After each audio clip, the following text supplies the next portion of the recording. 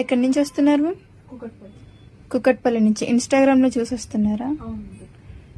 చూసారు కదండి, మేడం అయితే పేలు ఇర్లు సర్వీస్ చేయించుకోవడానికి వచ్చారు.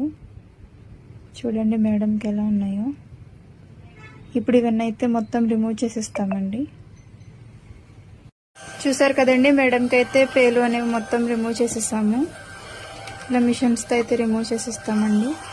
ఇప్పుడు మేడంకి క్రీమ్ అనేది అప్లై చేస్తాము.